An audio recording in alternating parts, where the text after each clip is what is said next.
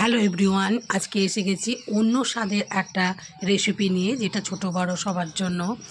এই রেসিপিটা এতটাই সুন্দর হয় আর এতটাই হেলদিও বলতে পারো। ছোট বড় সবাইকেই দেওয়া যাবে। তার জন্য এখানে কাঁচা কলা, টমেটো আর আলু কয়েক টুকরো করে রেখেছি। আর তেল গরম করতে দিয়েছিলাম, সেই তেলের মধ্যে এই বাটা মাছগুলোকে ভেজে নেব। বাটা মাছগুলো সকালেই আনা হয়েছে, পুরো টাটকা। আর সেটাকে আমি ভালো করে হলুদ আর লবণ মাখিয়ে রেখে দিয়েছিলাম 1 ঘন্টার জন্য।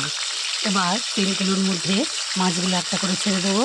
আর যেহেতু এটা ছোটো বড়ো সবার জন্য বলেছি, তাই এখানে আমি সয়াবিন অয়েলটা ব্যবহার করেছি।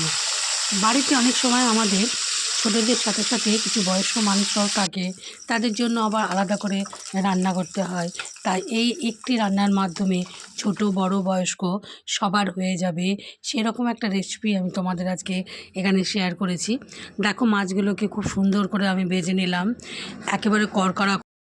যখন আমি কাঁচা কলা আর আলুটা দিয়ে এই মাছের ঝোলটা বানাবো, তখন যেন মাছগুলো ভেঙে না যায়। তার জন্য মাছগুলোকে খুব ভালো করে ভাজতে হবে, অল্প ভাজলে হবে না।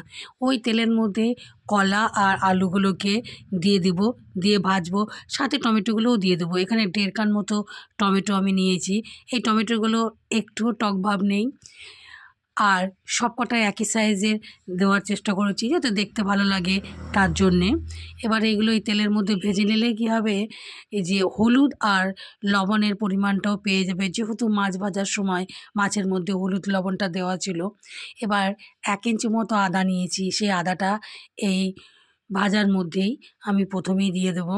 এই রেসিপিটার জন্য অন্য কোনো মশলার প্রয়োজন নেই বা পেঁয়াজ রসুন প্রয়োজন নেই। পেঁয়াজ রসুন ছাড়াই এই মাছের ঝোলের রেসিপিটা বানানো যাবে।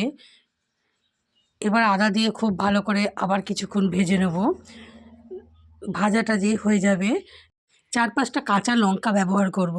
কাঁচা লঙ্কাগুলো কিন্তু আমি মাঝখান থেকে ফালা করে নিই, যেহেতু আমি বলেছি এই রেসিপিটা ছোট বড় সবার জন্য। আর এখানে কোনো প্রকার শুকনো লঙ্কা বা কাশ্মীরি লঙ্কার গুঁড়ো আমি ব্যবহার করব না। আমি লবণ দিয়ে দিলাম, হলুদ দিয়ে দিলাম, 1 চামচ দিয়ে দেবো ধনে পাউডার, আর 1/2 চামচ দিয়ে দেবো জিরে পাউডার, আর দিয়ে দেবো 1/2 চামচ চা চামচের চিনি। যেহেতু স্বাদটাকে এখানে ব্যালেন্স করতে হবে, পেঁয়াজ রসুন ব্যবহার করিনি তাই। এবার খুব ভালো করে মশলাগুলো দিয়ে ভেজে নেব। ভাজতে 3 থেকে 4 মিনিট টাইম লাগবে। যতটা এখানে কষিয়ে নেব, যখন আমি জল দিয়ে এটা ঝোল তৈরি করব, এর টেস্ট ততটাই বেশি হয়ে যাবে। ভাজাটার উপর নির্ভর করবে এই রেসিপিটার টেস্ট। এখানে যেহেতু আমি পেঁয়াজ রসুন ব্যবহার করিনি, তা সত্ত্বেও বলছি এইরকমভাবে বাটা মাছের ঝোলটা বানালে এর টেস্টও যতটা সুন্দর হবে, খেতে ততটাই টেস্টি হবে। আর ছোটো বড়ো সবাই এটাকে মজা করে খেতে পারবে। আমি এখানে 2 গ্লাস মতো জল ব্যবহার করেছি। জলের পরিমাণটা তোমাদের পরিমাণ মতোই তোমরা ব্যবহার করবে। যতটা পরিমাণে এখানে আলু আর কলা ব্যবহার করবে, ঠিক সেই পরিমাণেই তোমরা এখানে জলটাও ব্যবহার করবে। আমি একটু পাতলা করলাম, যেহেতু এটা একটা পাতলা টাইপের ঝোল আমি বানাবো। আর মাছগুলোকে ওপর থেকে দিয়ে দেবো। দেওয়ার পর একটুও খুন্তি চালাবো না। এবার 2 থেকে 3 মিনিটের জন্য ঢাকনা দিয়ে দেবো, যাতে ফুটে আলুগুলো সেদ্ধ হওয়ার জন্য। কলা তো আগেই ভাজার সময় সেদ্ধ হয়ে গিয়েছে। ভাজা হয়ে গেছে মানে কলা নরম হয়ে গিয়েছে। এবার কিছুটা ধনে পাতা ওপর থেকে আমি ছড়িয়ে দিলাম।